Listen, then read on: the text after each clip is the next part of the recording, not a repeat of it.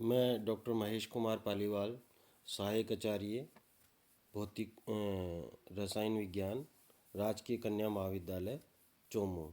बच्चों, आज हम बीएससी पार्ट सेकंड का जो इलेक्ट्रोकेमिस्ट्री सेकंड चैप्टर स्टार्ट कर रखा है उसका नेक्स्ट टॉपिक पढ़ेंगे। मैंने जैसा आपको पिछली क्लास में बताया था वो है विद्युत रासायन श्रेणी या सक्रियता श्रेणी। इंग्लिश में इसको कहते हैं इलेक्ट्रोकेमिकल सीरीज और एक्टिविटी सीरीज। देखिए, एक्टिविटी सीरीज और विद्युत रासायन श्रेणी इलेक्ट्रोकेमिकल सीरीज क्या कहलाती है, इसको शॉर्ट में अपन आगे ईसीएस भी कहेंगे, इलेक्ट्रोकेमिकल सीरीज। जिन धातुओं अथवा आयनों की इलेक्ट्रॉन त्यागने की प्रवृत्ति हाइड्रोजन से अधिक होती है उनके रिडॉक्स विभवों के मान ऋणात्मक होते हैं, जबकि जिन धातुओं अथवा आयनों की इलेक्ट्रॉन त्यागने की प्रवृत्ति हाइड्रोजन से कम होती है उनके रिडॉक्स विभवों के मान धनात्मक होते हैं। विभिन्न रिडॉक्स तंत्रों के लिए प्राप्त रिडॉक्स विभवों के मानों को उनके बढ़ते हुए क्रम में व्यवस्थित करने पर एक श्रेणी प्राप्त होती है, उसको इलेक्ट्रोकेमिकल श्रेणी या सक्रियता श्रेणी कहते हैं।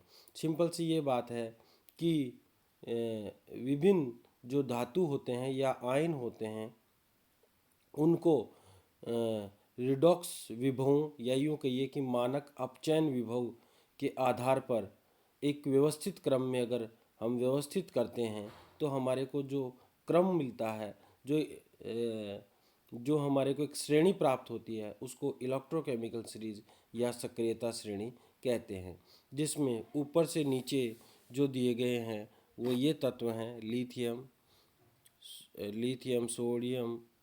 Lithium, potassium, barium, calcium, sodium, magnesium, aluminium, H2, zinc, chromium, iron, cadmium, lead,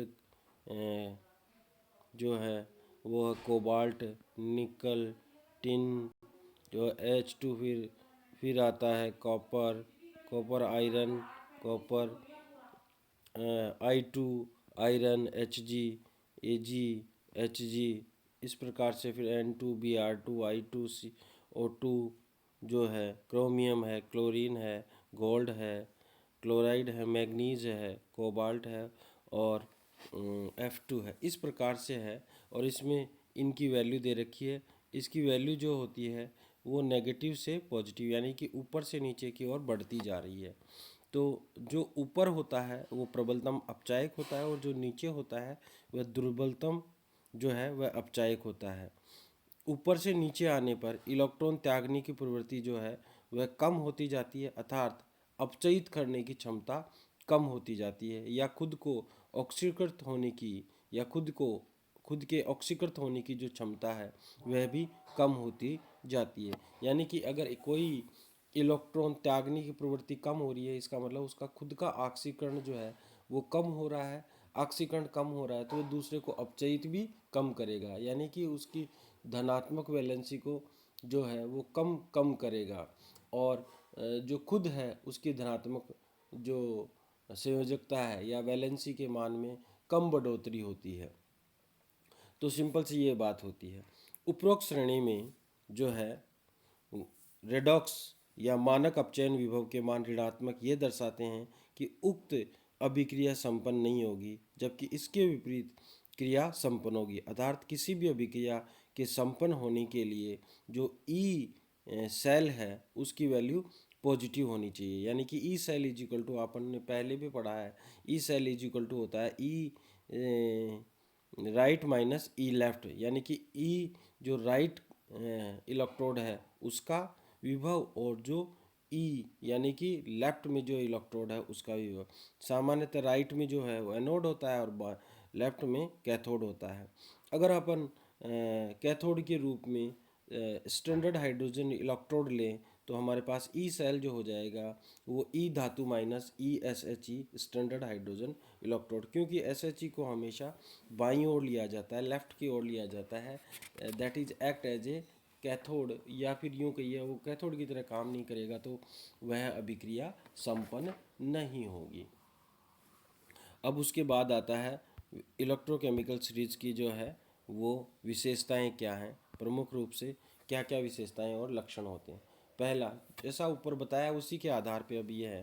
पहला है विद्युत रासायनिक श्रेणी ECS में विद्युत धातुओं के अपचयन की क्षमता ऊपर से नीचे की ओर घटती जाती है, क्योंकि इलेक्ट्रॉन त्यागने की क्षमता घटती जाती है। जो धातु हाइड्रोजन से ऊपर इलेक्ट्रोकेमिकल सीरीज में होते हैं उनके मानक अपचयन विभव के मान नेगेटिव होते हैं, तथा जो इलेक्ट्रोकेमिकल सीरीज में H2 के नीचे आते हैं उनके मानक अपचयन विभव के मान धनात्मक होते हैं। वो पहले ही आपको बता दिया गया है, या इलेक्ट्रोकेमिकल सीरीज देख के आपको पता चल जाएगा। वैसे भी आपको इलेक्ट्रोकेमिकल सीरीज याद रखनी है, वैल्यू तो आप याद रखो या नहीं रखो, बट ये ध्यान रखो कि हाइड्रोजन से ऊपर जो आते हैं उनकी वैल्यू नेगेटिव है, और हाइड्रोजन से स्टैंडर्ड हाइड्रोजन इलेक्ट्रोड से जो नीचे होते हैं उनकी वैल्यू धनात्मक होती है। तो एक क्रम आपको किसी भी तरह से याद रखना है, सिंपल सी बात ये है। उसके बाद आता है इलेक्ट्रोकेमिकल सीरीज में ऊपर से नीचे जाने पर धातुओं का धन विद्युतीय लक्षण घटता जाता है, क्योंकि इलेक्ट्रॉन त्यागने की प्रवृत्ति जो है वो कम होती जाती है। तो इलेक्ट्रॉन की त्यागने की प्रवृत्ति जो है वही तो धात्विक लक्षण कहलाती है। इसलिए ऊपर से नीचे जाने पर जो है वो धन विद्युतीय गण लक्षण है या गुण है वह घटता जाता है। इलेक्ट्रोकेमिकल सीरीज में ऊपर से नीचे जाने पर पदार्थों की ऑक्सीकरण क्षमता बढ़ती जाती है, क्योंकि जिन परमाणु आयनों की इलेक्ट्रॉन त्यागने की क्षमता कम होती है उनके इलेक्ट्रॉन ग्रहण करने की क्षमता यानी ऑक्सीकरण क्षमता जो है वह अधिक होती है। ठीक है। उसके बाद आता है इलेक्ट्रोकेमिकल सीरीज में ऊपर से नीचे की ओर जाने पर तत्वों का ऋण विद्युतीय लक्षण बढ़ता जाता है। सिंपल सी बात है, ये बताया हुआ है उसमें प्रॉपर्टी, क्योंकि ऊपर जो है वो सामान्यतः एस ब्लॉक वाले होते हैं, या यूं कहिए क्षार या क्षारीय मृदा धातु होते हैं। उसके बाद मेटल आते हैं, और उसके बाद हाइड्रोजन आता है, उसके बाद कुछ मेटल, और फिर उसके बाद अधातु जो आते हैं। तो अधातु जो होते हैं उनके जो ऋण विद्युतीय लक्षण हैं वो ज़्यादा होते हैं, और जो धातु होते हैं उनके कम होते हैं, उनका धात्विक ये गुण होता है या उनके धनात्मक गुण होते हैं।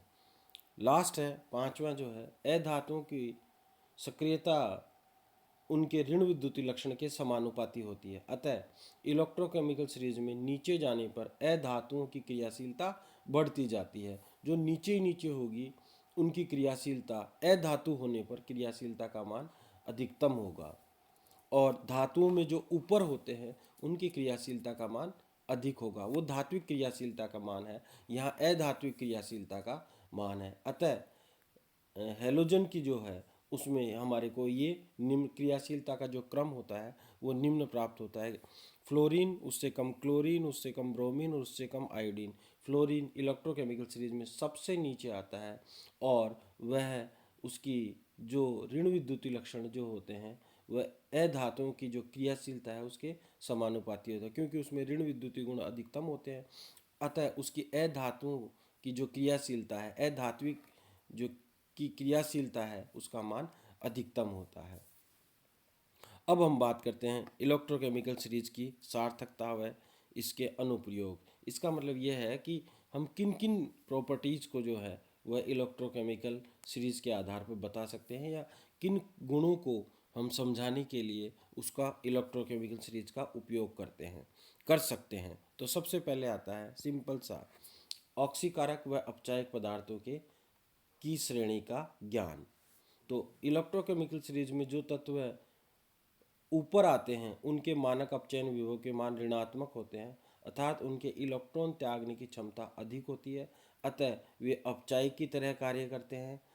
तथा इसके उल्टा भी बोल सकते हैं, इलेक्ट्रोकेमिकल सीरीज में जो तत्व नीचे आते हैं उनके मानक अपचयन विभव के मान धनात्मक होता है, उनके इलेक्ट्रॉन त्याग करने की क्षमता कम होती है, उनके अतः वे ऑक्सीकारक की तरह व्यवहार करते हैं। तो अपन इसको वाइस वर्सा वाली जो बात है उसको बोलेंगे नहीं, अपन एक ही याद रखें जिसे अपने को याद रहता है। दूसरा आता है धातुओं का धन विद्युतीय गुण।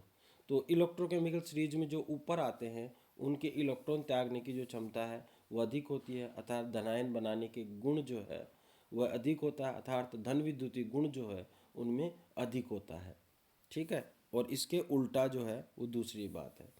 धातुओं का विस्थापन, जो इलेक्ट्रोकेमिकल सीरीज में ऊपर आते हैं वे आसानी से इलेक्ट्रॉन त्याग सकते हैं, अतः वे अपने से जो नीचे स्थित होते हैं उन सभी धातुओं के उनके विलयनों में विस्थापित करके धातु के रूप में अवक्षेपित कर देते हैं। ऊपर वाले इलेक्ट्रॉन त्याग देंगे तो नीचे जो धातु है वो अगर आयन के रूप में है तो इलेक्ट्रॉन ग्रहण कर लेगा, तो उसका धनायन खत्म हो जाएगा और वह धातु के रूप में विलयन में क्या हो जाएगा, अवक्षेपित हो जाएगा, डिपॉजिट हो जाएगा, नीचे बैठ जाएगा, या धातु के रूप में वह उस विलयन से बाहर हो जाएगा, अपन यूँ कह सकते हैं। उदाहरण के लिए 2AgNO3 का जो जलीय विलयन है उसको कॉपर छीलन में अगर रिएक्शन कराते हैं तो कॉपर नाइट्रेट का सॉल्यूशन बन जाता है और Ag जो है वो नीचे बैठ जाता है, क्योंकि कॉपर जो है वह ऊपर आता है और Ag जो है वो नीचे आता है। तो कॉपर जो है वो Ag आयन को जो है, क्योंकि Ag प्लस यहाँ पर है, इसके इसमें जो है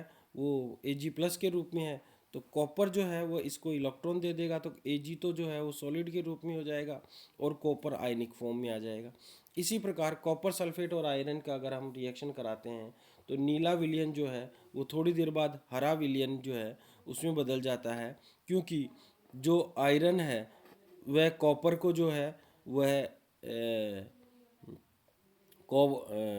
जो आयरन है वह कॉपर को इलेक्ट्रॉन दे देगा और कॉपर जो है वह नीचे अवक्षेपित हो जाएगा और हमारे पास आयरन सल्फेट का हरा विलयन बन जाएगा। इसके उल्टा जो होता है, नेगेटिव आयन जो होते हैं उनमें उल्टा होता है। जैसे ब्रोमीन है वो आयोडीन को क्या कर देगा, आयोडीन की क्रियाशीलता कम है तो आयोडीन जो है अपना नेगेटिव आयन जो इनको दे देगा और ब्रोमाइड जो है उसमें हो जाएगा और आयोडीन जो है I2 के रूप में बाहर निकल जाएगा, अवक्षेपित हो जाएगा। एप्लीकेशन है वह है धातुओं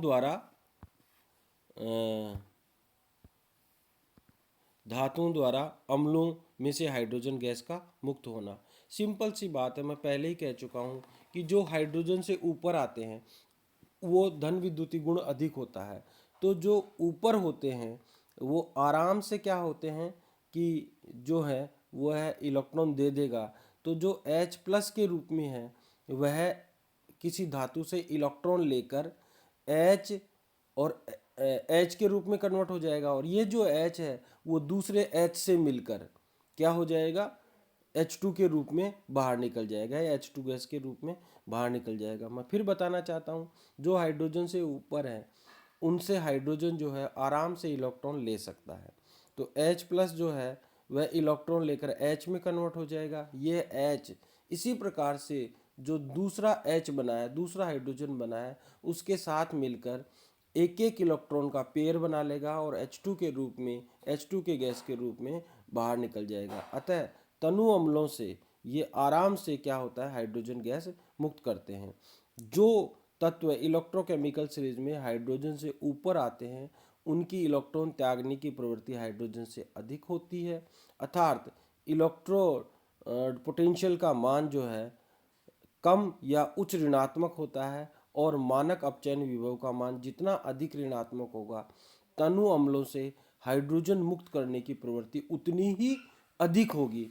यही कारण है कि सोडियम, मैग्नीशियम, जिंक आदि तत्व तनु अम्लों यहाँ तक कि जल के साथ अभिक्रिया करके H2 गैस देते हैं, परंतु कॉपर, Ag आदि तत्व तनु अम्लों के साथ अभिक्रिया करके H2 गैस नहीं देते हैं, क्योंकि ये जो होते हैं वो हाइड्रोजन से नीचे पाए जाते हैं और जो हाइड्रोजन से नीचे पाए जाते हैं वे है हाइड्रोजन जो है या H प्लस को अपना इलेक्ट्रॉन देने की टेंडेंसी रखते नहीं है, लेने की टेंडेंसी रखते हैं, अतः यह हाइड्रोजन मुक्त नहीं कर पाते हैं या H2 गैस मुक्त नहीं कर पाते हैं। पांचवा एप्लीकेशन है गैल्वेनिक सेल का विद्युत वाहक बल ज्ञात करना।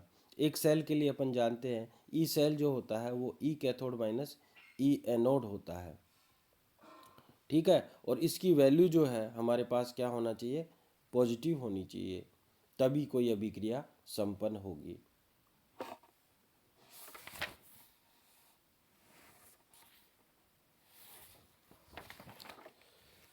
ठीक है। एनोड जो होता है वो लेफ्ट में होता है और कैथोड जो होता है वो राइट में होता है। तो ई राइट माइनस ई लेफ्ट हमने पहले ही बता चुके हैं।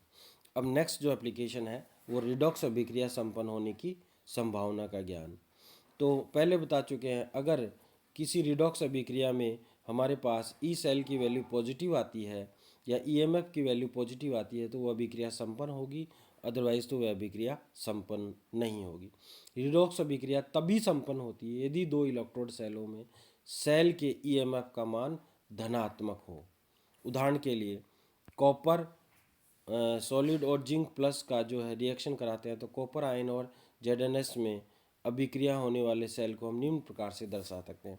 एनोड जो है अगर हमारे पास कॉपर का हो और कैथोड जिंक का हो तो हमारे पास जो है वह ये सेल अभिक्रिया नहीं होगी, क्योंकि इसमें ई सेल की वैल्यू जो है वो हमारे पास आती है -1.10 वोल्ट। क्योंकि आप जानते हो जो इसमें कैथोड की तरह काम कर रहा है जिंक, उसकी वैल्यू -0.76 है जो इलेक्ट्रोकेमिकल सीरीज से अपन पता कर सकते हैं। और माइनस जो एनोड है उसकी वैल्यू जो है वो है 0.34। तो अगर हम इसकी वैल्यू अपन इसको अगर हम सॉल्व करेंगे तो हमारे पास आती है -1.10 वोल्ट। चूँकि ई सेल का मान ऋणात्मक है अतः यह अभिक्रिया संपन्न नहीं होगी। अर्थात जिंक आयन जो है, जिंक आयन के विलयन में कॉपर की छड़ डाल दें तो अभिक्रिया नहीं होगी, परंतु यदि एनोड को कैथोड और कैथोड को एनोड बना दें तो सेल क्रिया करेगा, अर्थात निम्नलिखित अभिक्रिया संपन्न होगी। कॉपर आयन को अगर जिंक सॉलिड से अभिक्रिया कराते हैं तो कॉपर तो सॉलिड में कन्वर्ट हो जाता है और जिंक जो है वह आयन के रूप में कन्वर्ट हो जाता है, क्योंकि जिंक जो है वो कॉपर से ऊपर पाया जाता है और जो ऊपर होता है वो नीचे वाले को आराम से इलेक्ट्रॉन दे सकता है, परंतु अगर नीचे स्थित होता है तो वह इलेक्ट्रॉन नहीं दे सकता। इसलिए ये अभिक्रिया जो है वह जो नीचे दी गई है वो इस प्रकार से संपन्न होगी, न कि इस प्रकार से। ये अभिक्रिया संपन्न नहीं होगी। फिर आता है धातु निष्कर्ष। अधिक सक्रिय धातु कम सक्रिय धातुओं को उनके लवणों के विलयनों से विस्थापित कर देते हैं। इसी गुण का उपयोग धातु निष्कर्षण में किया जाता है। उदाहरण के लिए सिल्वर धातु के निष्कर्षण में AgNO3 विलयन में कॉपर डालकर Ag को अवक्षेपित किया जाता है। यह अभिक्रिया मैं आपको पहले भी बता चुका हूँ।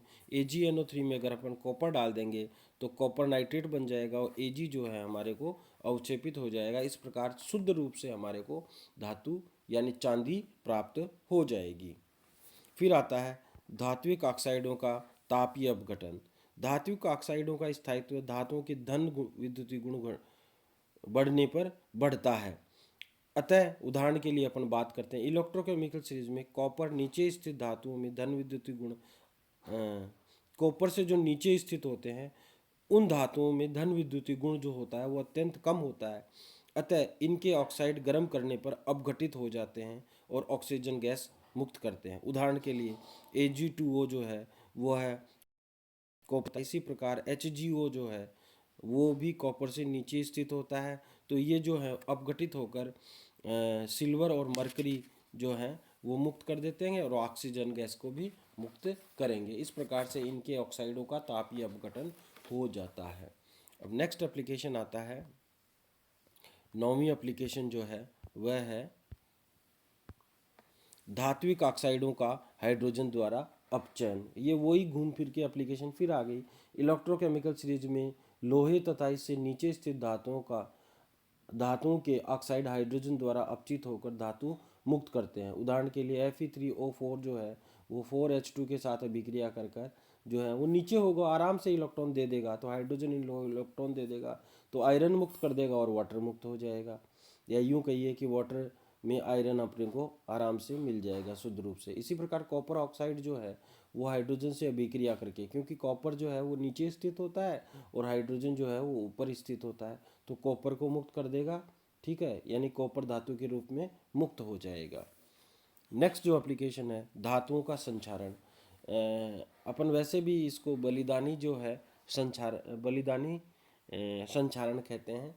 आपने कोरोजन अगर पढ़ा होगा या आगे कोरोजन आएगा उसमें मैं आपको बताऊंगा कि अगर एक कम सक्रिय धातु के ऊपर अधिक सक्रिय जिसकी जिसका जो है वैल्यू कम है, या यूँ कहिए कि जिसका कॉस्ट कम होता है, उसका लेपन कर देंगे तो ऊपर वाले का संक्षारण हो जाएगा और नीचे वाला जो है हमारे पास वैसे के वैसे बच जाएगा। तो धातुओं का वायु तथा रासायनिक पदार्थों द्वारा क्षय होता है, वो संक्षारण कहलाता है। उदाहरण के लिए लोहे को नम वायुमंडल में रखने पर इस पर जंग लग जाता है, जो कि लोहे की परत से हट जाता है तथा लोहे का क्षय हो जाता है। इस प्रक्रम को रोकने के लिए या रोकने के लिए धातुओं पर उनकी कम क्रियाशील धातु की परत चढ़ा दी जाती है, जिससे संक्षारण रुक जाता है। स्पष्ट है कि धातुओं की क्रियाशीलता का ज्ञान इलेक्ट्रोकेमिकल सीरीज द्वारा किया जा सकता है। जैसे ज़्यादा सक्रिय जो कोई धातु है, उसके ऊपर कम सक्रिय धातु का अगर लेपन कर दिया जाता है तो वह जो है उसका संक्षारण थोड़ा सा रुक जाता है या कम हो जाता है। और सेक्रीफिशियल प्रोटेक्शन जो है उसमें क्या है, अधिक सक्रिय धातु को अपन संचारित करा देते हैं और जो कम सक्रिय होता है उसको बचा लेते हैं, अगर वो उसका कॉस्ट ज़्यादा है या प्राइसेस ज़्यादा है। तो इस प्रकार से इलेक्ट्रोकेमिकल सीरीज़ की एप्लीकेशंस हैं जिनको अपन पढ़ सकते हैं। अब नेक्स्ट क्लास में अपन एक गैल्वेनिक सेल या वोल्टेइक सेल क्या होता है उसके बारे में पढ़ेंगे। आज के लिए इतना ही, धन्यवाद। ठीक है, और नेक्स्ट में रिवर्सिबल इरिवर्सिबल और सेल हैं उनके बारे में पढ़ेंगे, और conventional representation of electrochemical cell या विद्युत रासायनिक सेल का किस प्रकार से प्रदर्शन करते हैं उसके बारे में भी थोड़ा सा पढ़ेंगे। आज के लिए इतना ही, धन्यवाद।